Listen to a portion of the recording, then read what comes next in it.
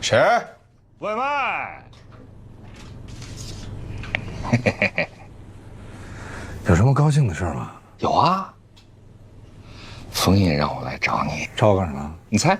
让我把所有的客户都移交给你。你为什么就不猜封印让我过来请你回去呢？你说有高兴的事儿，我回律所对你来说是灾难。讨不讨厌呀你？一直这么讨厌。别废话。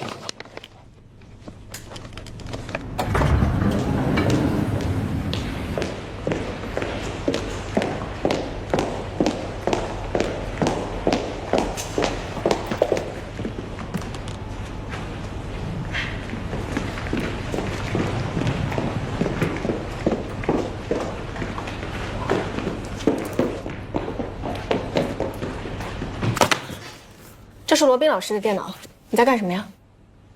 但是我有密码。你在找什么？我在找让他回来的台阶。你在挖他的客户资源吧？你可以去告诉他。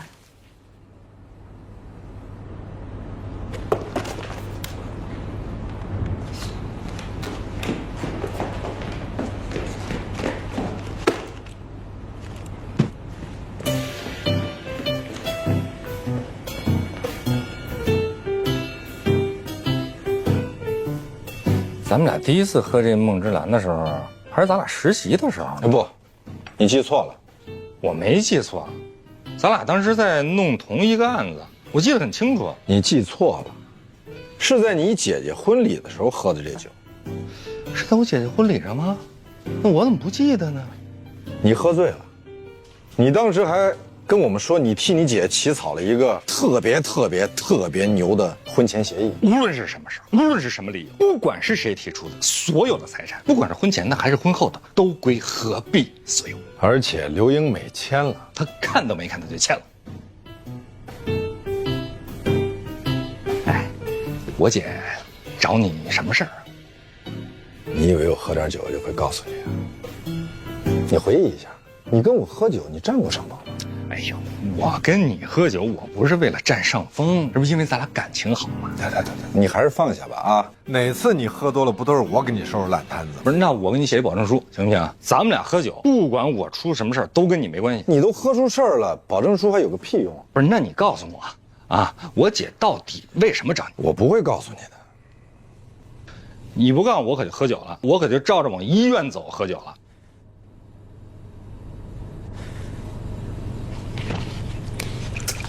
啊，行，你赢了，你这招还真挺吓人的。那你告诉我，是不是刘英美她有小三儿了？没有。那到底因为什么呀？你不说我就喝了啊！好，你坐下。我可以告诉你，但是你得答应我一个条件。我答应。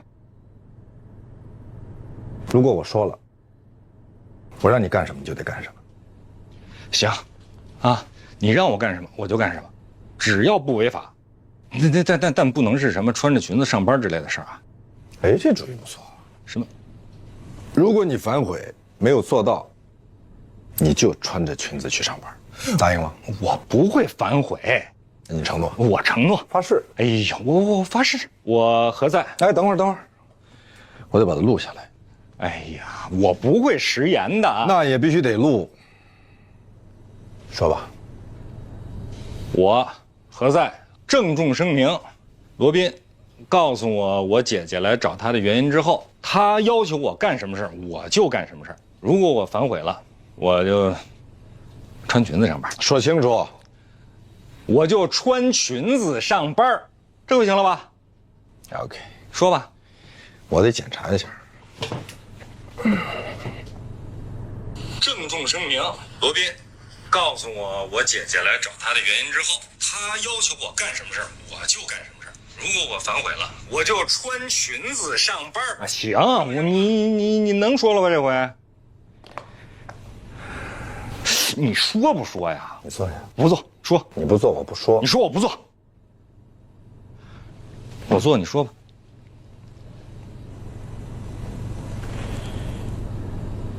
刘英美死了以后，你姐发现一个大盒子，里边全是借条，有600多万吧600多万，不是，那是他借别人的还是别人借他的呀？刘英美的钱都在你姐那儿，她哪有钱借给别人？肯定是别人借给她的。那别人借给他的借条应该在别人那儿啊。我就是这么跟你姐说的呀。我姐信了吗？她不太信。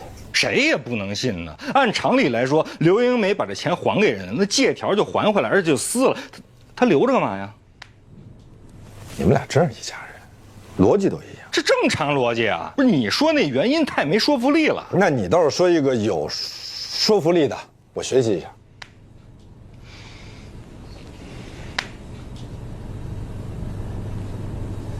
刘英美想跟我姐离婚，但是她当时呢，她跟我签了这个婚前协议了，她怕她净身出户，她想弄一笔钱出去，所以她就让她的朋友给她写了一个借条。我真是佩服你的推断力，加10分。她的计划就是，她先跟我姐姐说她要离婚，是因为她在外边欠了很多的钱，我姐姐呢肯定是不想跟她离，那就会帮着她一起还钱。这么着，他就把一笔钱给倒腾出去，然后他隔一段时间倒一次，隔一段时间倒一次，一直倒到我姐姐忍无可忍了，跟他离婚了，他这计划就算实现了。我跟你说啊，刘英美，我一开始我就觉得她不是一老实人，她当初刚跟我姐好的时候，我就看出来了。那你有没有想过，她为什么没有实施这个计划呢？她死得太突然，没来得及。借条可是有年头。那就是说，有年头以前他就想了跟我姐姐离婚，但是呢，他忌惮于我会跟他死磕，所以他没敢。你认识刘景明吗？刘景明，我姐最烦他了，他就是一渣男。他给我讲了一个故事，一个七仙女和董永的故事。董永一贫如洗，却偏偏爱上了天庭的七仙女。可是七仙女的天庭亲戚们呢？都不信任他，尤其是这个七仙女的亲弟弟，逼着他签了一份丧权辱国的婚前协议。董永以为签了这份协议就好了，就可以得到尊重了。可事与愿违，不但没得到尊重，反而被人更看不起了。人们还说，他为了攀龙附凤，居然签了这么一份没有尊严的协议。不，他自己可是认字的啊！我们没有拿着枪逼着他脑袋。一个人在不平等的环境里生活久了，心态是会发生变化的，所以他就伪造了这些欠条啊。事实是，他没有伪造欠条，是刘景明给他写的欠条。只不过他一直犹豫再三，没有启用。这就是你姐一直问我，刘英美为什么借了那么多钱。我始终没有办法回答他的原因，就如实的跟他说，你姐会恨你的，她也会恨她自己，她就应该恨她自己，所托非人。我不这么认为，真的。所以何塞，我希望你跟我一起，咱们两个共同把这故事编圆。我跟你一起啊，你想让我啊？跟我姐姐说是我欠了这些钱，刘英美是帮我跟别人借的钱。没错，你姐姐知道你好面子要面子，你官司打输了被客户索赔，你又不好意思声张，所以不是你这太过分了吧？你让我跟你一起骗我姐姐，以此来表达你对刘英美的歉意。我为什么对她有歉意？因为你从来没有信任过她。他就不值得别人信任他爱你姐姐，他想过跟我姐离婚，他没有离，他只是想，充其量就是想。你要知道，这个世界上不管多么幸福的婚姻，在漫长的生活当中，总有这么1到2次想要离婚的念头。你说错了啊，原文是，在这个世界上，即使是最幸福的婚姻，一生当中也会有200次想要离婚的念头和50次想要掐死对方的想法。这是温格朱莉写的《幸福婚姻法则》。我知道你读书多，但没想到这种书你也读。那怎么了？我不能读吗？能读，当然能读。所以，咱们就这么说好了。我就跟你姐说，刘英美借了钱是为了你，这不是事实，我不会承认的。你答应我。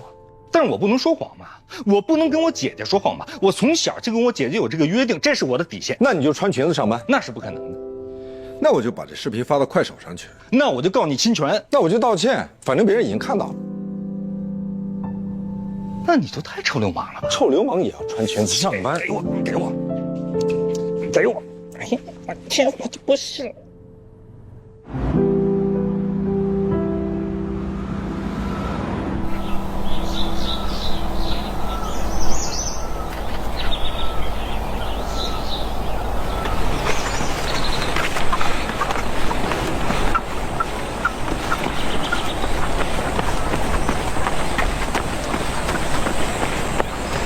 凤老大让你来找我啊？如果我说我故意跑到这儿来和你偶遇，你会信吗？他不生我气了？怎么着？你想让他八抬大轿把你给抬回家？那你的意思是我黑不提白不提回去上班，就当什么都没有发生过？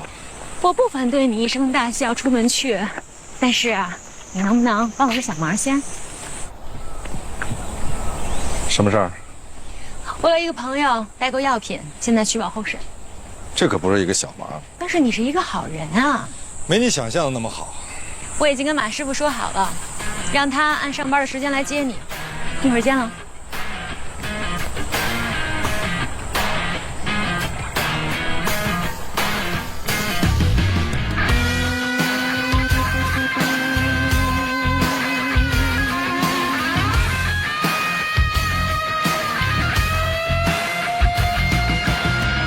在叫做一场没有终点的梦，又能怎样？硝烟从未散场，又怎样？纵然百孔千疮，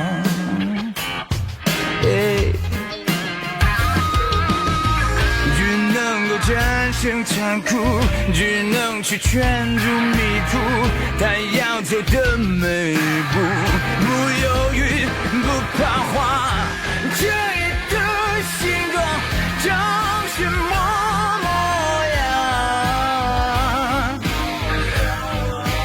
用善良捍卫原则立场。喝哪个呀？原味的，谢谢你。哎，我先走了。萝莉，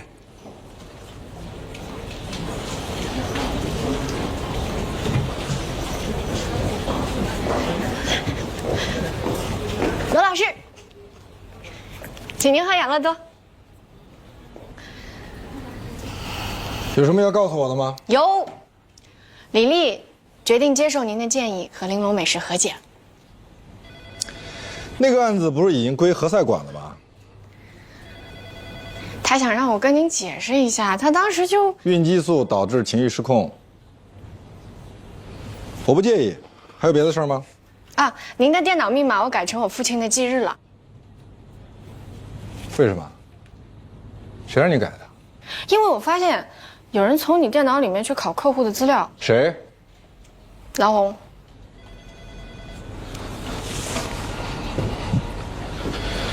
改回去，改回去！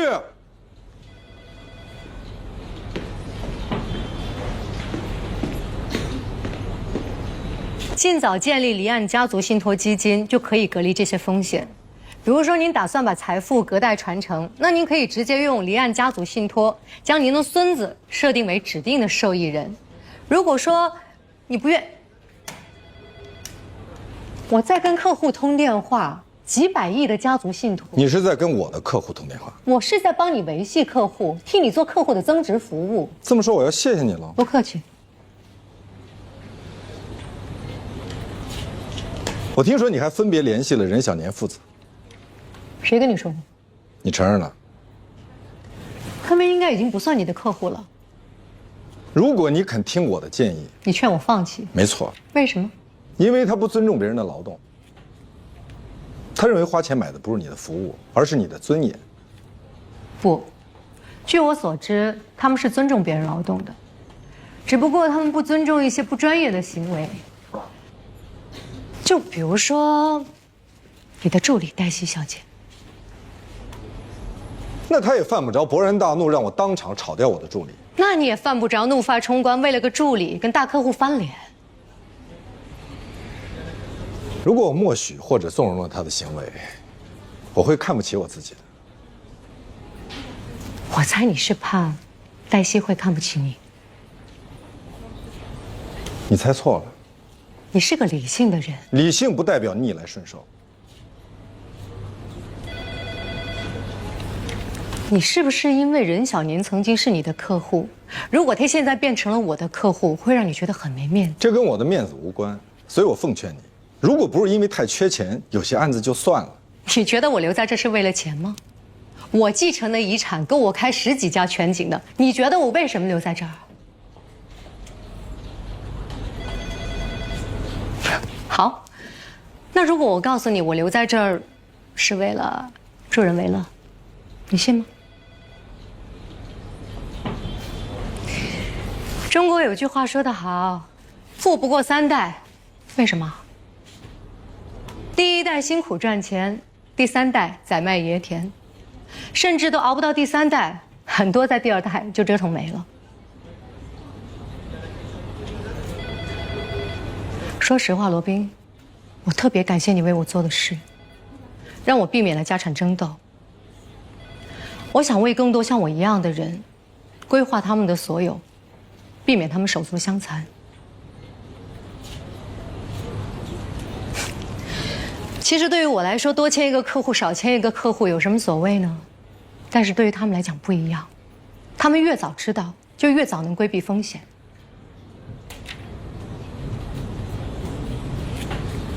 好，我知道了。抱歉打搅你了。难道不应该是抱歉误解你了？请你以后不要偷偷的到我电脑里去拷资料好吗？如果你需要什么，直接告诉我，跟我要。我没有偷偷去你电脑里拷资料。你不上班，办公室没有人，我没办法直接问你要。所以你就打开我的电脑，输入了我的生日，电脑就蹦出来一行字：欢迎回来。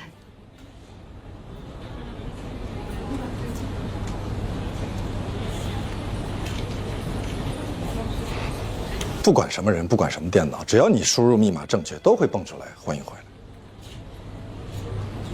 哦，我以为你的电脑一直在等我回来。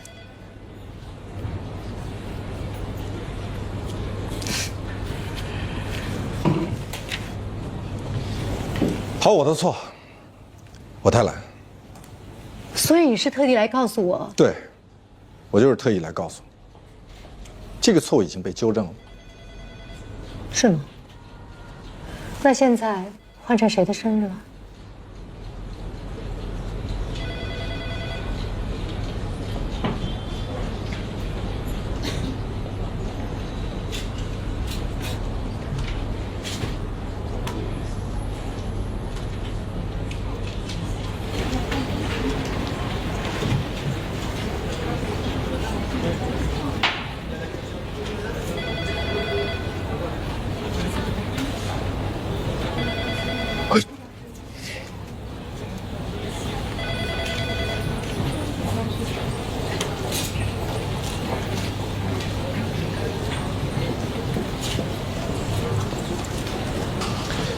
有空吗？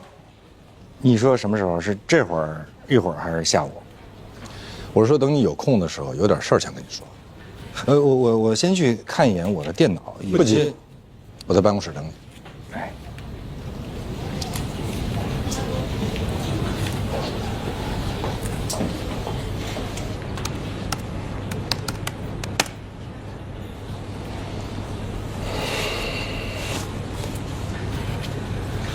马上告诉我，请告知我你父亲的忌日。可问题是，现在我们的客户不同意和解了，他那索赔20万，真的把我们都给激怒了。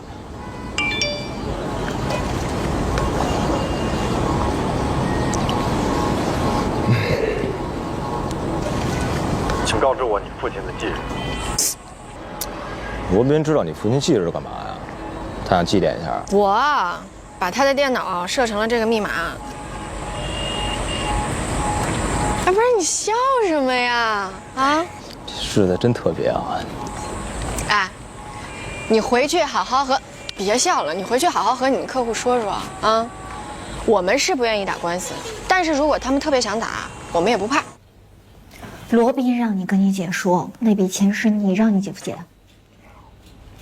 要不然的话，我姐会耿耿于怀，执念于我姐夫为什么要瞒着他跟别人借钱。你绝对不能答应。可是，我要真的把真相告诉我姐的话，那我姐会为此事痛苦一生的。一个人如果没有能力承担真相，他就不配得到幸福。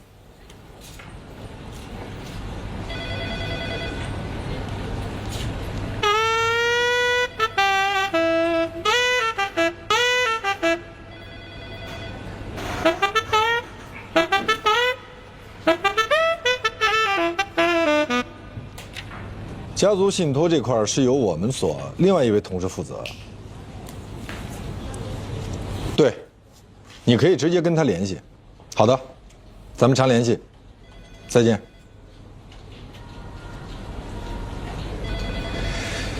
我记得你父亲跟检察院不要打我父亲的主意。没打你父亲主意，我是说这个案子已经到了检察院，所以我们现在需要跟检察院沟通。那就走正常的渠道沟通好。是正常渠道，你把你父亲理解成歪门邪道了。那你沟通目的是什么？轻判不判？这怎么可能？为什么不可能呢？没有这样的先例。所以我们要开一个先例。我们是超级无敌搭档。我是超级无敌，你是搭档。我不喜欢开这种玩笑的。那好，你是超级，我是无敌，为什么不能换过来？你是超级，我是无敌。超级无敌，超级排在前面，我以为你喜欢排在前面嘛。那好，我是超级，你是无敌。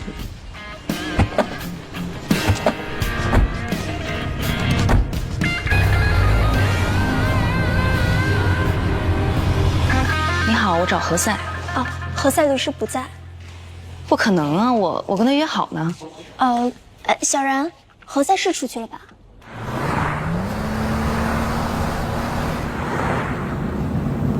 对，我反复的考虑了一下，我还是不能跟你一起骗我姐，而且我觉得你也不应该骗我姐。那除非你穿裙子上班。哎，我是跟你认真的说，我也是。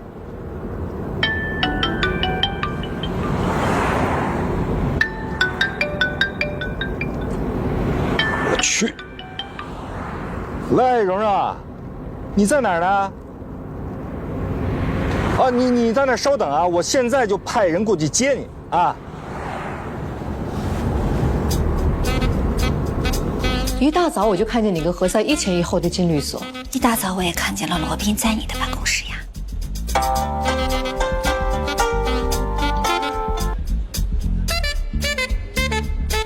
喂。喂，兰兰，那个不好意思啊，你帮我一个忙。那个我今天呢，本来是跟我表妹已经约好了，但是呢，我今天把这事给忘了。你先帮我接待她一下，好吗？谢谢。我吧，其实从来都不忘事儿，这是我头一次忘事儿。你一定帮我跟她解释一下，然后呢，你跟我帮她道个歉啊。你就说我并不是不重视她，今天真的是临时有事儿。罗宾他突然间找我，他非让我跟他出来。3个问题，他现在在哪儿？前台。他叫什么？蓉蓉。他找你有什么事儿？他没说，他说等见了我的面再跟我说。我想应该是法律咨询这方面问题吧。他自己呢有个小公司，我是他公司终身免费的法律顾问。当然了，你给他不用免费咨询哈，但是呢，你不要跟他要钱，等回头你的钱呢，我替他给你。好，我去接他。我现在要去接何塞的表妹了。你并不了解何塞，我可以花时间去了解。兰兰，我其实不想干涉你的私事。谢谢，你今天真好看。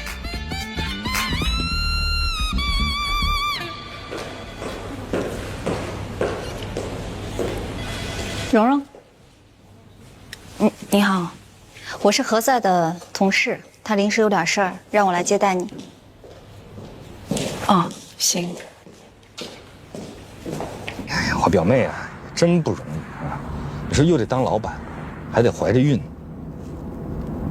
还得给你外甥女儿当后妈。你说的这些事儿，哪一件不是他自己乐意的？你怎么这么说话呢？都是好事儿啊！你看，当老板又怀孕，当后妈呢，也是好事儿啊。这说明她嫁给了一个她自己喜欢的男人，这多幸福！只不过，这个男人之前有个孩子，对吧？他还多了一个孩子，不是吗？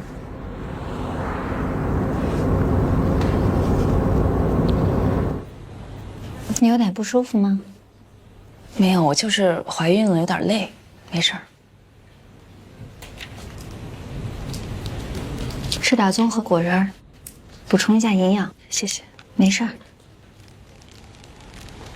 那个，我就是想咨询一下，比如夫妻2个人，如果丈夫没有经过妻子的同意，就把钱给了另一个女人，那我作为妻子，我有权利把这个钱要回来吗？只要是你们的共同财产，当然有权利要回来了。不是我们的共同财产，是我自己挣的，我的个人积蓄。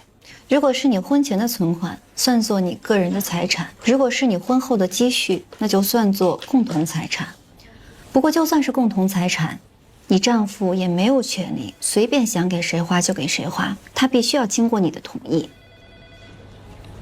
那如果这个事儿现在已经发生了，就是他现在已经把钱转给了另一个女人，那我还有权利要回来吗？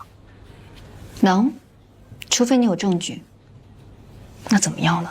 起诉。不是，蓝律师，是这样的，我丈夫他是一个特别特别好的人，我们俩感情也特别好，但是他这个人就是心太软。他跟他前妻离婚的时候，他是净身出户，他把所有的钱都给了他前妻，但是他前妻还老来找他要钱，孩子上学要钱，上补习班要钱，上夏令营也要钱。我觉得这些算是孩子的抚养费，给了也就给了，我也不想多说什么。但是前一段时间，他又找我丈夫要了一大笔钱，说要买房子，这个我就不能忍了吧？买房子？对呀。你别不说话呀。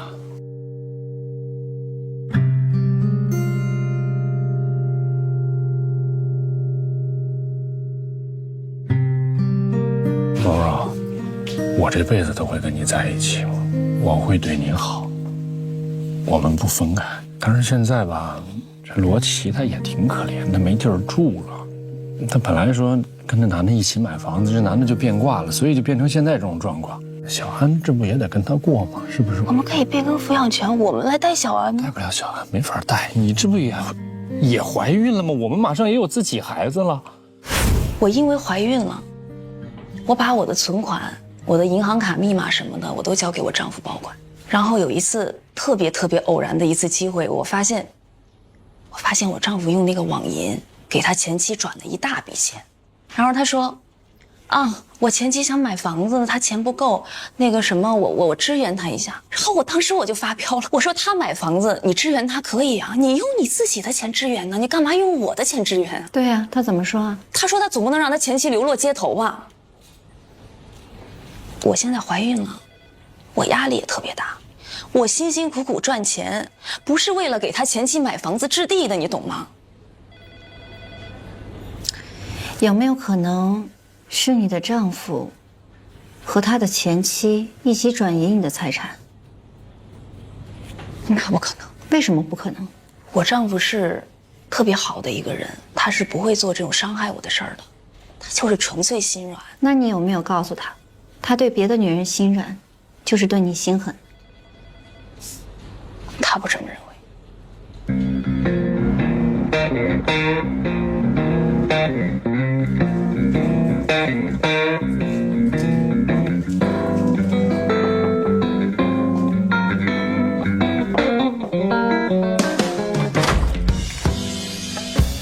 找谁呀？你好，我们找杜飞。我就是。你们谁？我们是您的律师。我叫何塞。这位是罗宾律师。我们一定会竭尽全力减轻你的罪。我没有罪。是这样，能让我们进去说吗？就在这说。我们来呢，今天找你，首先是想向你来了解情况的。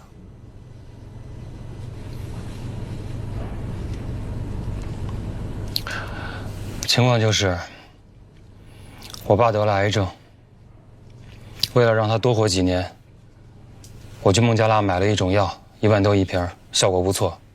完了，我就在我爸的病友群里分享了这种药，很多病友希望我帮他们买，就是这样。我不知道我犯了什么罪。你从孟加拉买回来的这个科比替尼啊，它是没有经过国家药监局的审批的。那是药监局的事啊，找我干嘛？是这样，我呢先给你普及一下起码的法律常识，好吧？在我们国家呢，没有经过药监局审批的药物，被认定为假药。有些药呢，在国外是被认可的，但是在国内就不一定被认可了。而且我国对药品管理的制度的严格程度，那在全世界都是名列前茅的。所以你从国外代购回来的这个药被认定为假药，这是没有问题的。你是在说我有罪吗？不，我不是说你有罪啊，我是在跟你说法律是这么规定的。那就是法律错了。你这样的态度，我们没有办法为你辩护。谁让你们来的？那你们来干嘛？哦，让我认罪，给我个轻判，门儿都没有。你先别激动，我们今天来的目的就是来为你做无罪辩护的，但是前提是你得配合我们。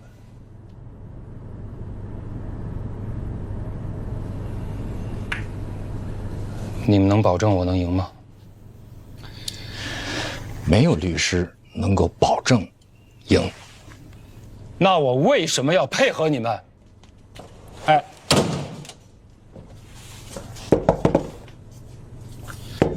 杜飞，别敲了，这整个就是个法盲啊！连起码的法律常识他都没有。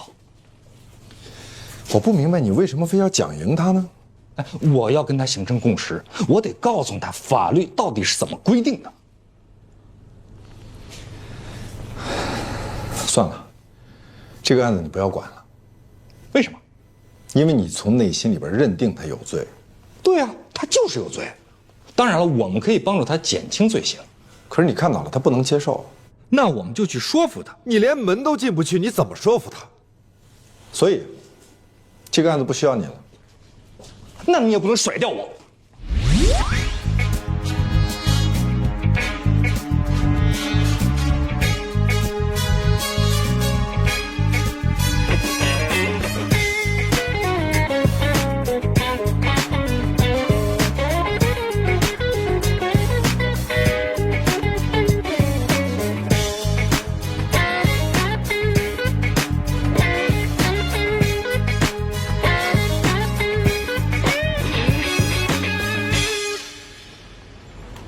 你跟何塞怎么了？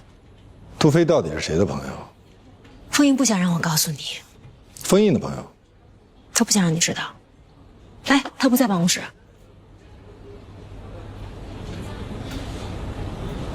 那他人在哪儿？医院。医院？怎么了？他生病了吗？他老婆。陶月什么病？癌。癌？什么癌？具体情况我也不太清楚。多长时间了？好几年了。这事儿为什么我一点都不知道？陶月不想让别人知道，封印很尊重他这一点。生病了又不丢人，这有什么不能说的？那是因为你没有生过病。我母亲是病逝的，当年人家都说她生病是因为她缺德，遭的报应。说这个话的人才缺德。杜飞曾经帮陶月代购过科比替尼。懂了。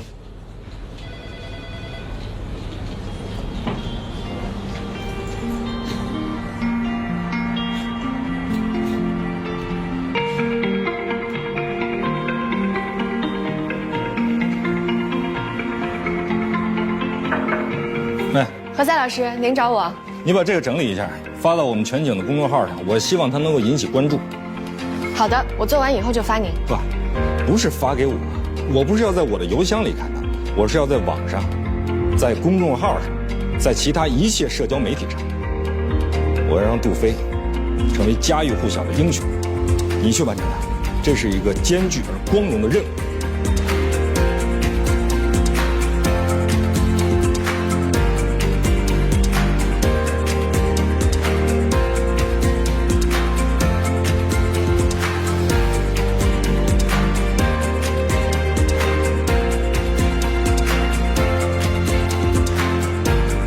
暴行者杜飞，杜飞是谁？明天你就知道了。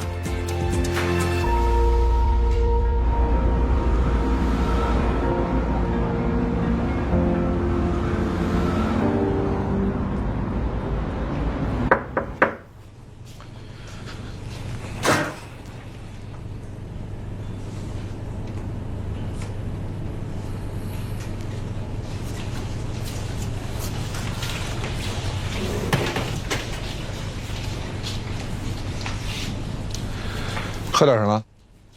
喝酒。我记得您不喝酒。不喝酒和想喝是两回事儿。有吗？当然。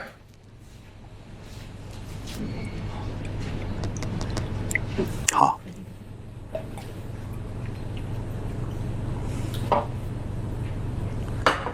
梦之蓝，这酒怎么样？不错啊，何塞的客户。来，尝尝。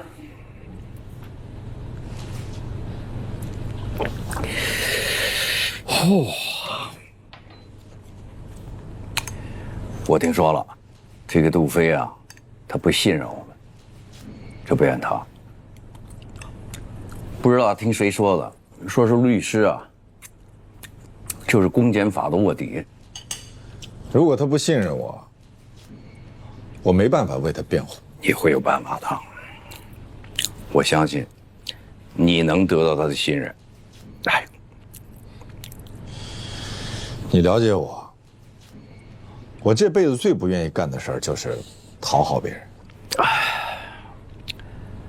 取得别人的信任和讨好别人完全是两回事儿。我从来就不信任讨好我的人，但是你从来就没讨好我。可是我相信你。我的意思是说，与其去争取一个不相信自己人的信任，不如直接服务一个你相信的人。我知道你不差杜飞这个客户，但是杜飞他需要你。我一直支持你的做法，只和相信自己的人合作，代理相信自己的客户。但是杜飞这个案子比较特殊，他值得我们花时间去赢得他的信任。就因为他代购的药救了很多人，还因为我们要让他相信，我们值得他信任，这个世界值得他信任，我们可以无条件的为他辩护。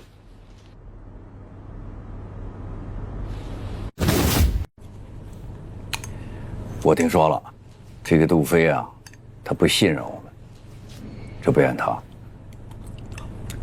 不知道听谁说的，说是律师啊，就是公检法的卧底。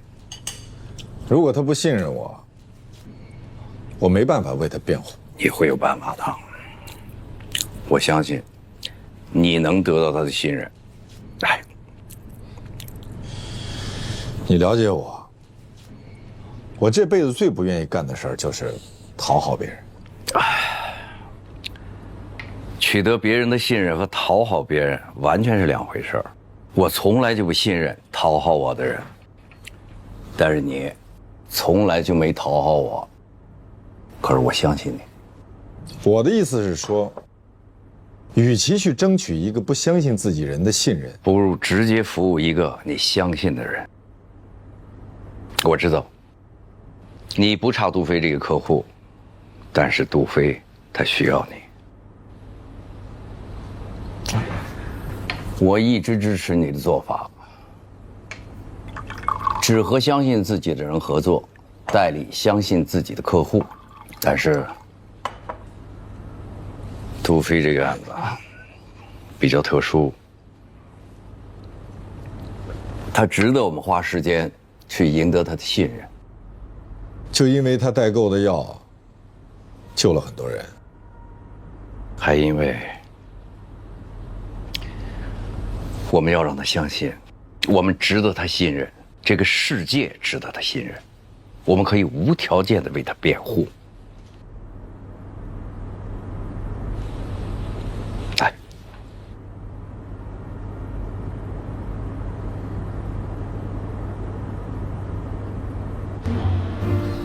你们俩到底怎么回事啊？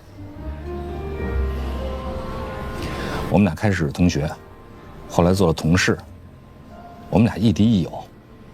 但是呢，只要我们俩意见相同的时候，所有人都认为我是在附和他，而且他自己也这么认为。但是我们俩意见不同的时候，所有人就都不相信我，而且说罗宾他不是这样的人。哎，我为此非常的愤怒和不解，为什么啊？为什么你们所有的人都认为他不是这样的人啊？难道是因为他比我长得帅吗？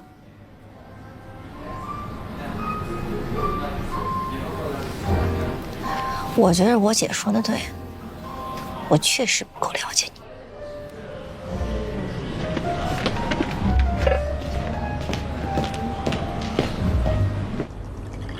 嘉豪还在美国啊？在。那他知道他妈妈生病了吗？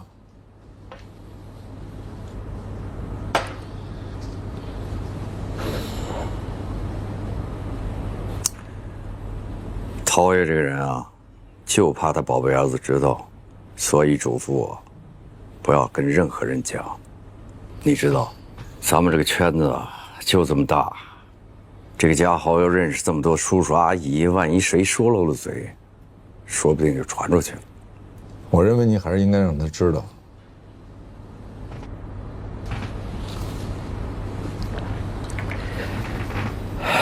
他还有多少钱毕业？还有1年吧。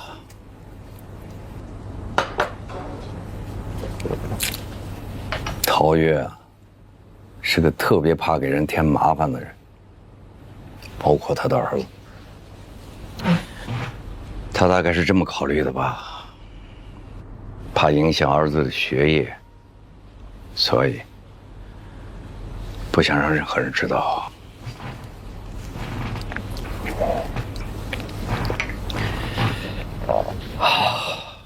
不喝了，保密啊！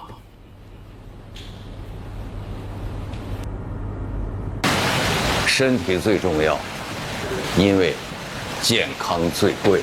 没错，所以这酒啊，你以后还是别喝了，多保重。你知道哈，陶岳吃的药如果是正品的话，1瓶多少钱？11万。嘿嘿，你行啊。对，11万，11万，每个月11万，每个月这就是续命的药。我知道。杜飞啊，他代购的这个药是孟加拉产的，是仿制品，11000块钱1瓶。是正价的1/10，他到现在也不知道他哪里错了。他是一个救命的人，怎么就犯罪了呢？他完全没有法律知识，他和你我比起来，他就是个法盲。行了，老大，你别说了。我会替他辩护，努力替他做无罪辩护。为众人抱薪者，不可使其冻毙于风雪。说得好，上茶。嘿，说得好。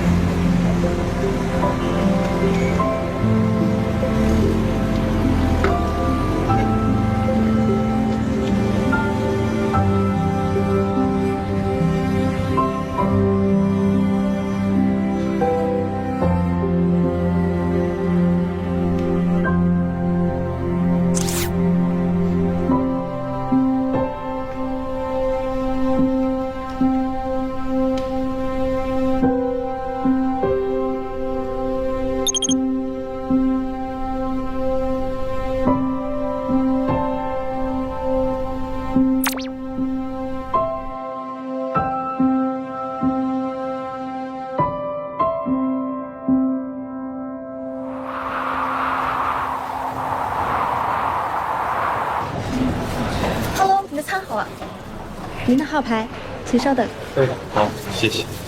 怎么？哎，来，哎，你先来。你要什么？哪个面包也？欢迎。9号顾客，午餐好了。来2个沃斯水加蓝莓、樱桃、青柠、薄荷，再拿个燃力面包。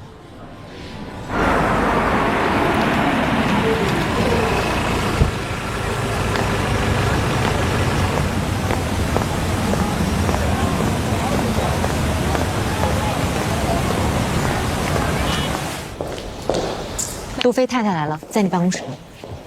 他看到那篇报信者杜飞了？当然，微博已经转发好几千了，公众号上大家也都在声援，为众人报信者，不可使其冻毙于风雪。黛西来了吗？他来了，我马上让他去找你。他怎么又没来？他加班到今天早上。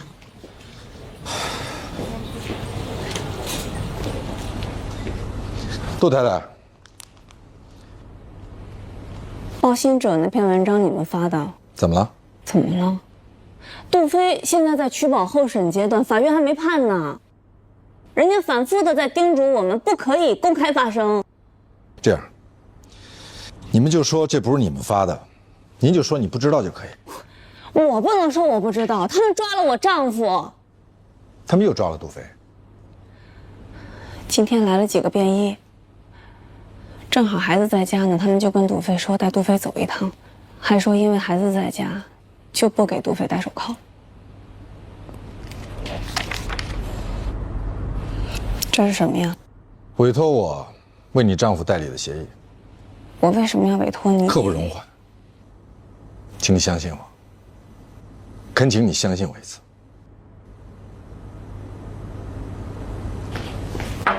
罗老师，您找我？马上联系到这个名单上的所有人，问问有多少人愿意为杜飞求情作证。好，是谁写的？那个报信者杜飞。何赛老师让我写的。你写的？啊？为什么要写？啊？你知道发生了什么吗？你哪儿听说的这些啊？谁让你发的？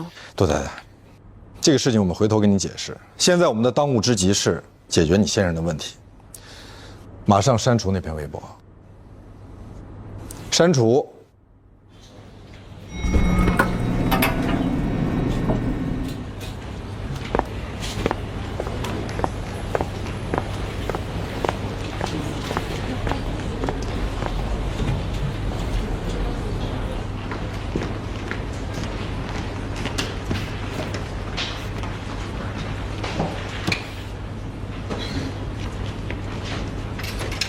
何赛今天有点不正常，你最好躲着他一点。最好躲着我一点。你怎么了？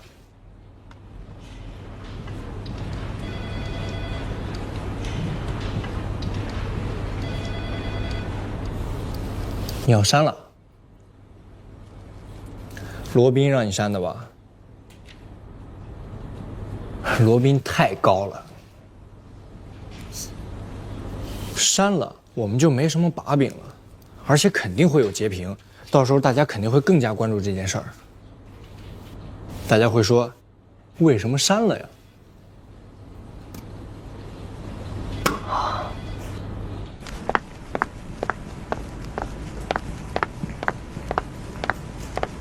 姐，你找我？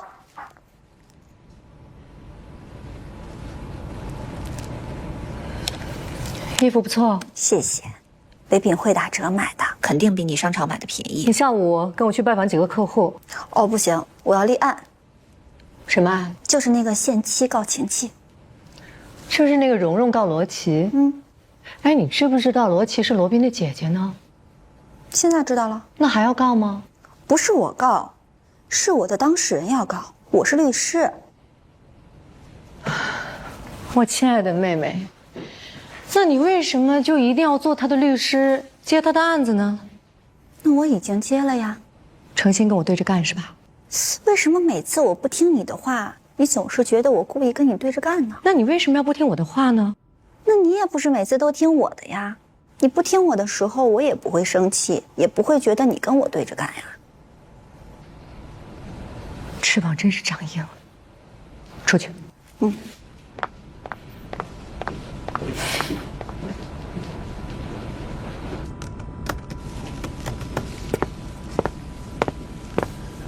你是来为昨天的事情向我道歉的？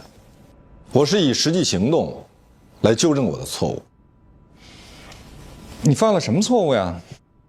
我不应该未经你同意就把你踢出合作。那你现在要以什么样的实际行动来纠正你自己的错误呢？你马上去给杜飞办理取保候审。他不是办了取保候审了吗？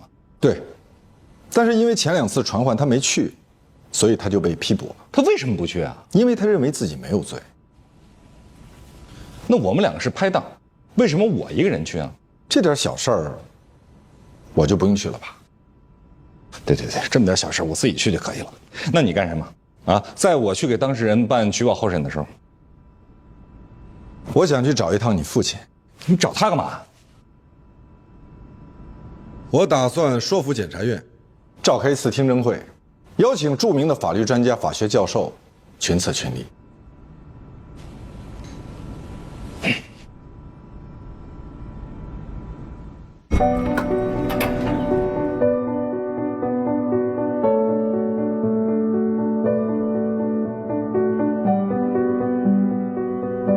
召开听证会，其实意味着检察机关主动把司法行为放在阳光下晒。在办理公诉案件过程中，召开听证会是践行正义不仅应得以实现，而且是要以人们看得见的方式加以实现。办案过程中不存在哪个部门办错了案，这只是一种理念的碰撞和对法条理解的不同。听证会可以让参加者通过程序公正坚信实体公正，让社会公众对司法裁判口服心服。公开听证可以充分听取各方意见，提高司法决策的透明度。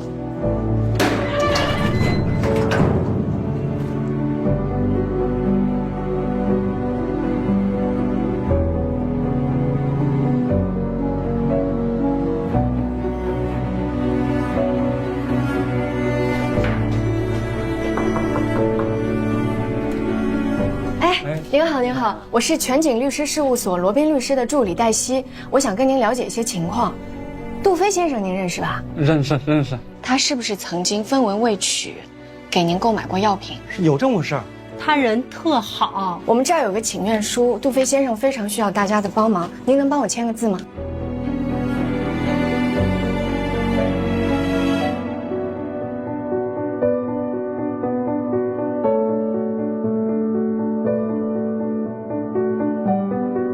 听证会一般首先都是公开的介绍案情，然后聘请了人大代表、政协委员，还有司法局的代表，会就案件进行提问。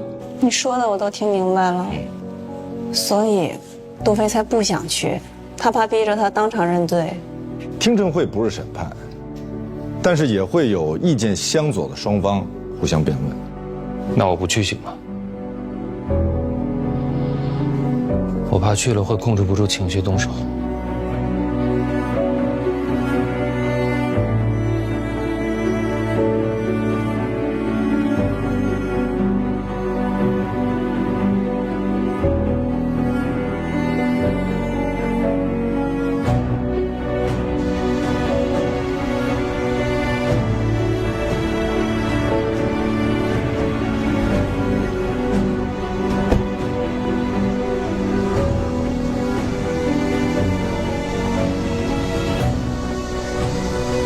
别紧张。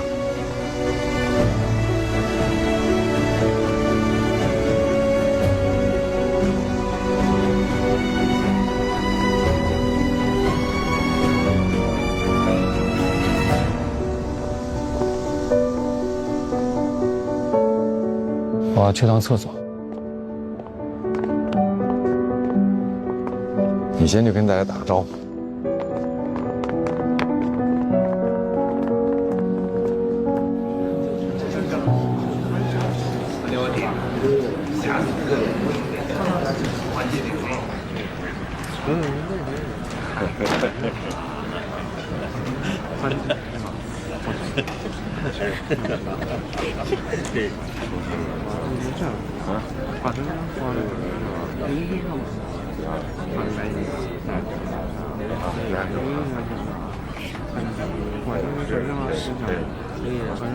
日子，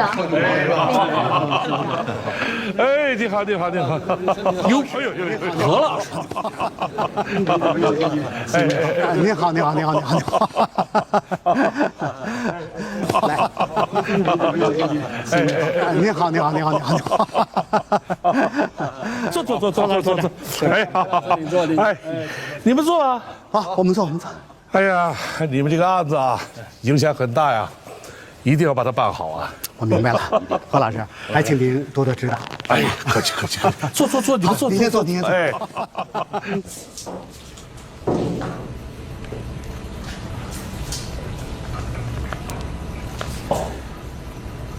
杜飞，你不要紧张，你就记住一件事儿，态度平和，绝对平和。不管谁对你说什么做什么，你就放松，保持微笑就好了，不要有任何抵触情绪，尤其是对负责办理案子的人。我不想进去，我不去可不可以？你不去可以，但是这是一次绝好的机会。今天听证会不仅邀请了很多专家，还有人大代表、政协委员，包括具体负责办理案子的人。你想让我当众承认违法？我们之前不是都已经说好了吗？我就是觉得，如果我承认违法了，他们是不是就可以判我了？我听说坦白从宽，牢底坐穿，抗拒从严，回家过年。你不要听东听西的，你应该相信我。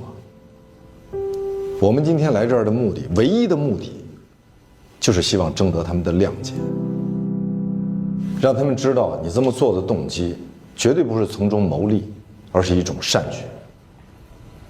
你对司法机关对你的指控都是认可的，但你希望政法机关他们能够谅解你，能够对你从轻处理。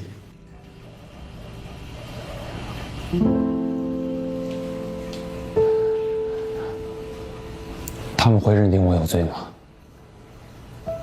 我不知道，但是你应该相信我，我会努力，会尽全力为你做无罪辩护。你以前答应过我的，不管别人说什么做什么，你都不要有抵触情绪，只需要保持微笑就好，好吗？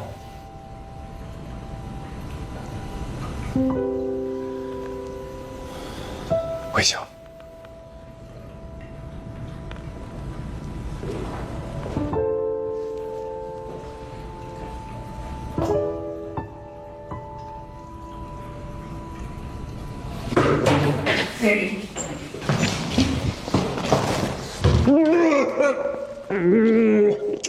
何赛，你怎么了？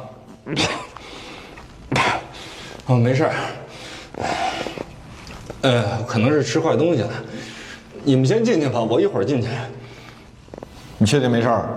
没事儿。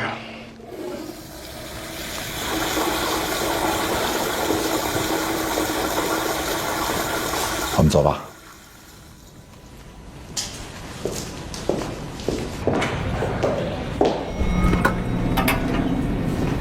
哎，罗琦姐，在戏啊。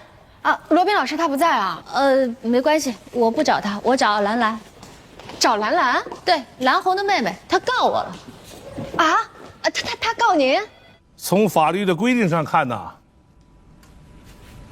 杜飞啊，确实构成犯罪，法不容情。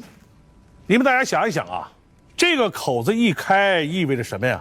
那就意味着国家药品管理面临着很大的挑战，而且那些守规矩、守法的制药企业，他们的药品专利也得不到有效的保护。法律规定啊，药品专利保护期为20年。那么在这个20年里，新药就是独家垄断商品，即便是有些药厂获得了此药的配方，也不能生产和上市此款药，销售和代理的单一性，导致药品价格不能随着市场的变动而变动。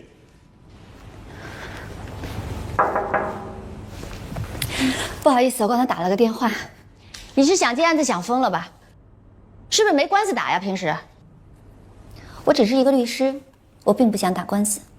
如果您可以把财产退回来的话，我可以建议我的当事人撤诉。我劝你的当事人赶紧撤诉吧。如果搞不定的话，这件事情很有可能影响他们夫妻间的感情。如果到时候再不巧打个离婚官司，那就活成笑话。我不介意多打一个离婚官司，我也不介意多接一个离婚的案件。其实，我的当事人第一次来找我的时候，我已经这样劝过他了。哎呀，兰兰，我觉得你这样做不大好。咱俩是一个律所的吧？根据利益冲突的原则，我既然代理了原告方，你就不能代理被告方。我没有代理，我只不过是作为罗琦姐姐的朋友，我这么说而已。作为朋友，你应该给你的罗琦姐姐尽到普法的义务。可是并没有哪条法律规定说丈夫给自己的前妻买房，这是违法的。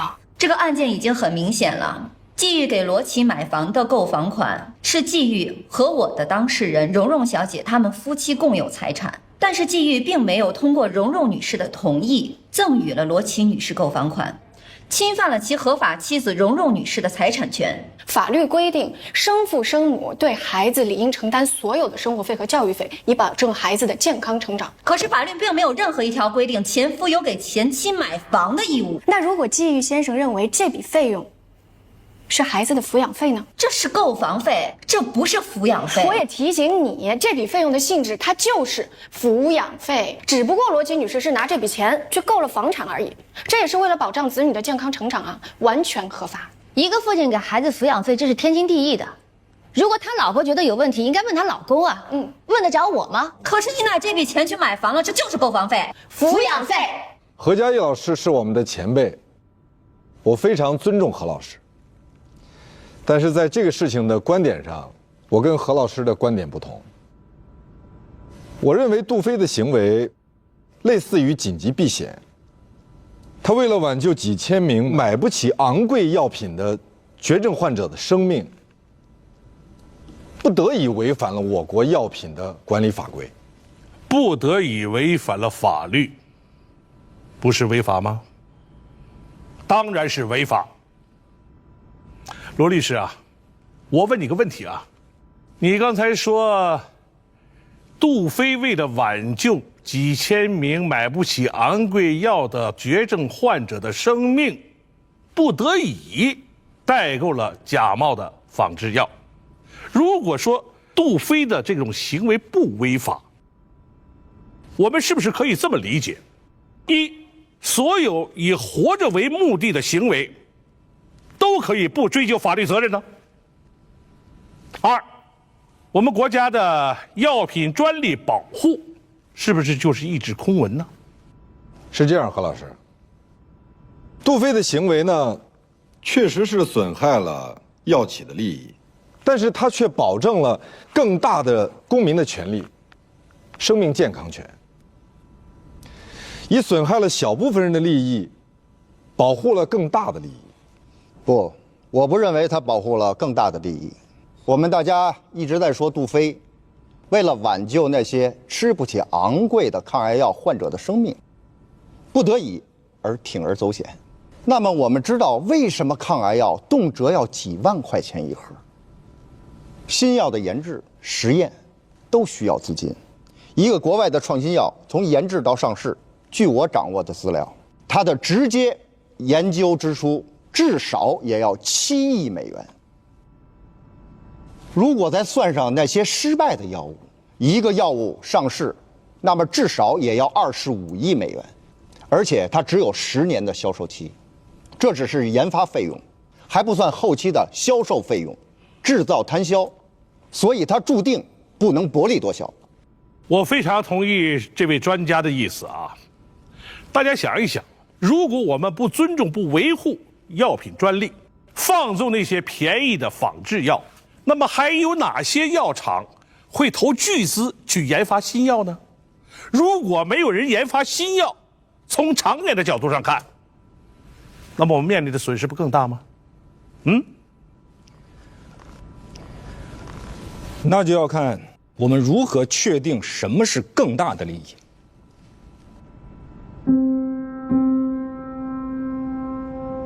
以人民为中心的发展理念，这是政法工作的指导思想。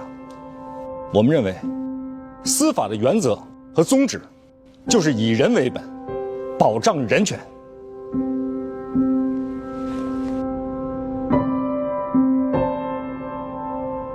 在公民的人身权益中，最大的权利是生命权。所以，如果认定杜飞的行为构成犯罪，那么将背离刑事司法的价值观。请在座的各位能够再次认真考虑一下。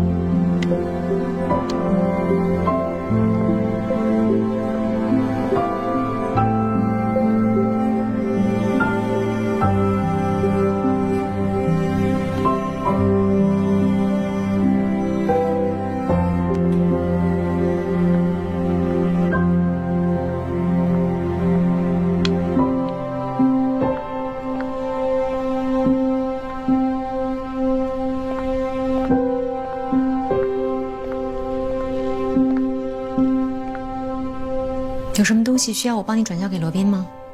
谢谢，我想自己给他。那我先下班了，你走的时候把门带上就好了。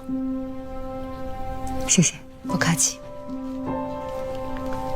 丽娜，谢谢你，我知道你帮了忙。应该的。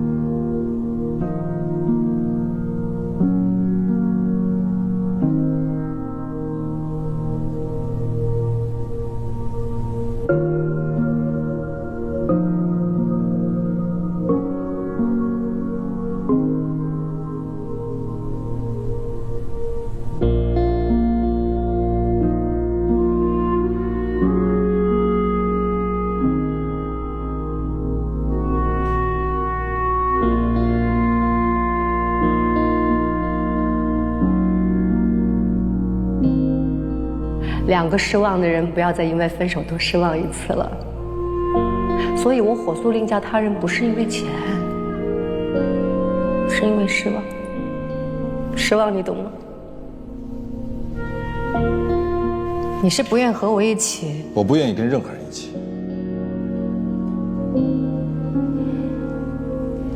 可是我们过去是搭档。很久以前，那是很久以前，非常久。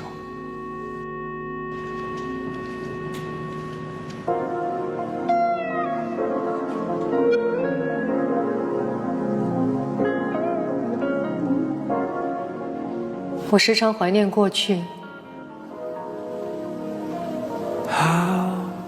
无论走到哪里，都应该记得，过去都是假的。一刻不曾停息。百年孤独。我喜欢这本书，我是因为这句话喜欢这本书。落叶划过你的泪眼，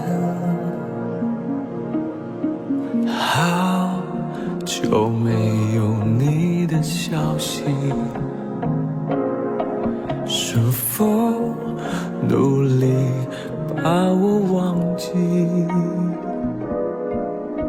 时间过太快，我只想让你明白，那些刻骨铭心都无论走到哪里，都应该记住，过去都是假的。回忆是一条没有尽头的路，一切以往的春天都不复存在，就连那最坚韧而又狂乱的爱情，归根结底也不过是一种转瞬即逝的现实。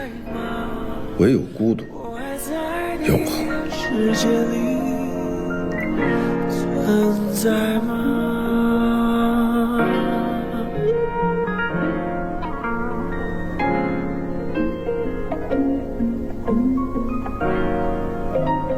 老罗，我换所了，是家外籍所，在上海。明天一早的机票，没时间跟你道别了。日后你或你的朋友在上海有什么业务方面的需求，记得找我啊，保持联络。另外，我在全景签的客户，拜托你照顾。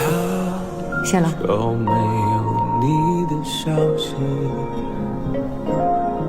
是否努力把我忘记？时间过太快，我只想让你明白，那些刻骨铭心都还在。你过得还好吗？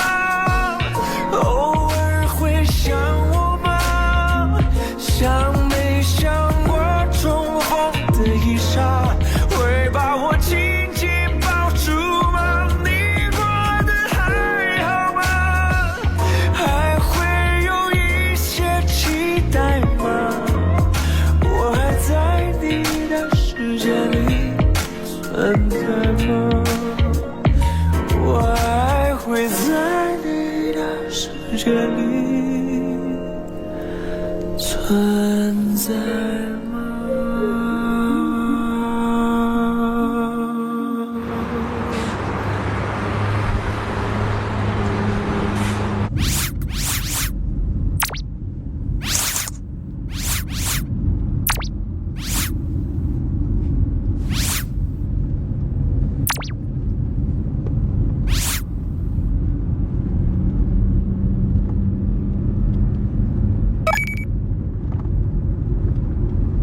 谢谢鼓励，继续努力。